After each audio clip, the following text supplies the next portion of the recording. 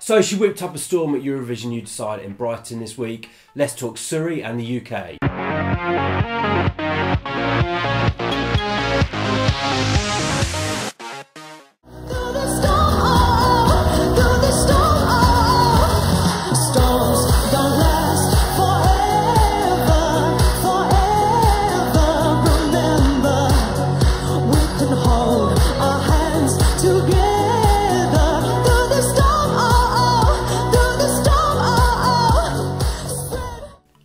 So Jess, probably a surprise win for SuRie this week. Maybe. What are your thoughts on the song and the performance? Yeah, definitely a surprise winner for me. Anyway, I mean, I was lucky enough to be there live at the Brighton Dome, and the reaction that SuRie got in the arena was by far the biggest of all the 6 competitors. It was crazy. Yeah, I mean, people went wild for the song and for SuRie.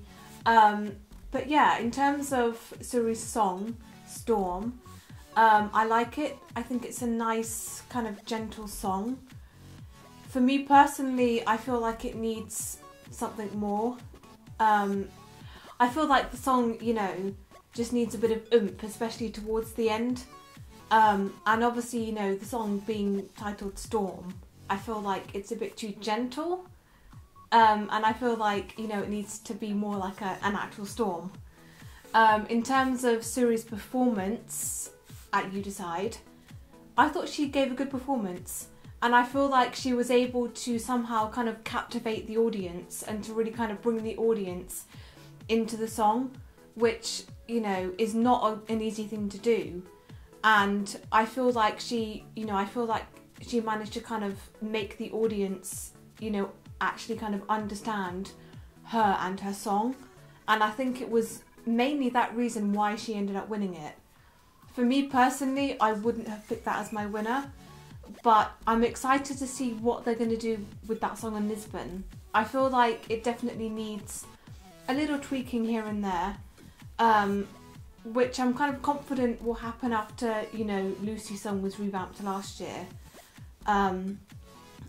So yeah, I'm actually kind of really excited to see how this song and performance is going to progress, and how it's going to, you know, what the European audience are going to see in Lisbon. So I have to say, talk about underdog going into the competition. I think this win came out of nowhere. If you'd asked me a couple of weeks ago, was this the winner? Probably not, actually. You know, I described it previously as a safe song, something I wouldn't be disappointed to see go to Lisbon, but maybe not kind of lighting my fire at the time. But I think what SuRie has done over the past couple of weeks is really endear herself to her audience. You know, we were lucky enough to meet her a couple of weeks ago, and she's so down to earth, calm. She's really embraced the Eurovision community, and that's really nice to see. And I think partly that's where that reaction came from. In the Dome in Brighton, it was nice to see. The reaction was crazy. I think it probably even overwhelmed her a bit. You know, when she finished singing, the presenters, you couldn't even hear them talking on the microphones.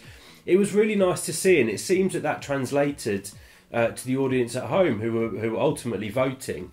I think in terms of revamping the song, I think it's one of those songs you can't do a major revamp, but I think, as you said, some tweaking here and there. It was nice to see that the BBC did that with Lucy Jones last year. I think they will do the same with this song. I'd be surprised if this is the final version that we heard last week. In terms of SuRie as a person, I've spoken about how she's endeared herself to the public, and I think that will come across very well on stage in Lisbon. I'd like to see what she makes of the performance. I have a feeling she's going to be sort of involved in kind of the staging, and I hope she does have that input. You know, we're talking about a storm. SuRie, you need a Eurovision wind machine. Come on. But the judges on the night were sort of saying, you know, she was standing behind the microphone for the performance. It would be nice to see her kind of ditch the microphone, or ditch the mic stand at the end of the song, come out and really perform to the audience. And I think she's the sort of person that will take those sorts of comments on board. So I'd love to see her perform to the audience more, rather than kind of just standing behind the mic stand. I think there's always a risk with backing singers. We know that she was a backing vocalist in 2015, and she was involved in 2017. So an advantage that she knows the kind of Eurovision world and how it all works. She's not going in there blind, but there is always a risk that a backing vocalist can suddenly be thrust into the limelight and they can get a bit lost. But I think she's actually shown her professionalism and actually her talent in that she's embraced the limelight. So yeah, I'm really excited now to see this go to Eurovision. I think in terms of kind of jury versus televote, I think this could be a song that would do very well with the juries of Europe and Australia, of course. In terms of the televote, you never really know, do you? Yeah. Obviously, we've only got a few songs that have been selected so far, but the tradition over the past couple of years, obviously Lucy did very well with the jury, but not so much with the televote. I wouldn't be surprised if the points were more weighted on the jury side, again in Lisbon, but potentially looking for a left-hand placing on the scoreboard, which is really all that we're looking for at the moment. So yeah, SuRie, we think that you can do this for us.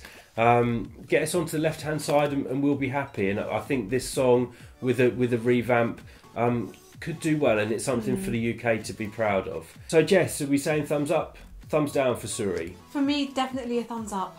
SuRie, one thumb up for the song and another thumb up for you. We love you. Well done, girl. So guys, as always, we'd love to know what you think. Are you a big SuRie fan? Do you want her to do really well in Lisbon? Do you hate the song? Don't forget to let us know in the comments down there. Don't forget to subscribe to our YouTube channel for more videos, and also don't forget to follow us on social media and give us your comments there as well. Otherwise, until next time guys, see ya. Bye.